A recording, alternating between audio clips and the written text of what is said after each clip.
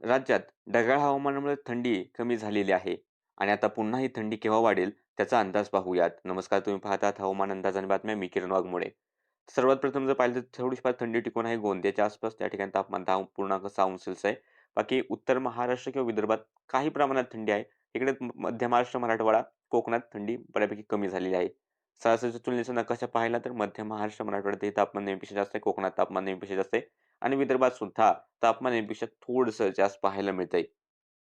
आणि आता जर आपण ढगांची स्थिती पाहिली, तर राज्यात काही अंशी ढग हे पूर्वेकडचे वारे येत आहेत. त्यामुळे काही अंशी ढगाळ वातावरण आजही पाहायला मिळालं. काल पावसाच्या नोंदी झाल्या, मात्र आज वातावरण कोरडं आहे आणि उत्तरेकडचे थोडेसे थंड वारे इकडे विदर्भ, उत्तर महाराष्ट्र किंवा मराठवाड्याच्या आसपासपर्यंत पाहायला मिळत आहेत.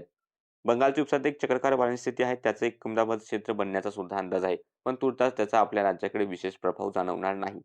आणि राज्यात थोडेफार जे काही ढगाळ वातावरणाची स्थिती आहे, ती छत्रपती संभाजीनगर, जालना, बुलढाण्यात थोडीशी जास्त ढग दिसतायत. बाकी राज्याच्या इतर ठिकाणी आंशिक असं ढगाळ वातावरण आहे. धुरकट सुद्धा वातावरण राज्यात पाहायला मिळतंय. त्यामुळे दिवसा तापमानात काहीशी घट ही पाहायला मिळालेली आहे. आणि थंडीचं बोलायचं झालं तर 7-8 तारखेपासून पुन्हा एकदा राज्यात थंडी वाढण्याची शक्यता आहे. ही थंडी प्रामुख्याने उत्तर महाराष्ट्र, मराठवाड्याच्या भागापर्यंत अशा प्रकारे पोहोचेल आणि विदर्भाकडे सुद्धा पोहोचण्याची शक्यता आहे. म्हणजे या भागात पुढील 4 ते 5 दिवसात हळू-हळू म्हणजे 1-2 दिवसानंतर तापमानात घट अपेक्षित आहेच आणि बऱ्यापैकी थंडी या ठिकाणी पुन्हा एकदा आलेली पाहायला मिळेल. मात्र ही थंडी काही प्रमाणात इकडे सातारा, पुण्यापर्यंत सुद्धा पोहोचेल.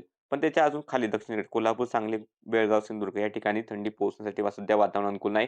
मुंबई, ठाणे, पालघरकडे सुद्धा 7-8 तारखेनंतर तापमानात काहीशी घट अपेक्षित आहे. बाकी पावसाची शक्यता सध्या तरी नाहीये. आत्ताच्या अपडेटमध्ये इतकंच. दररोज हवामानाचे अंदाज पाहण्यासाठी चॅनल सबस्क्राईब करा, व्हिडिओ लाईक आणि शेअर करायला विसरू नका.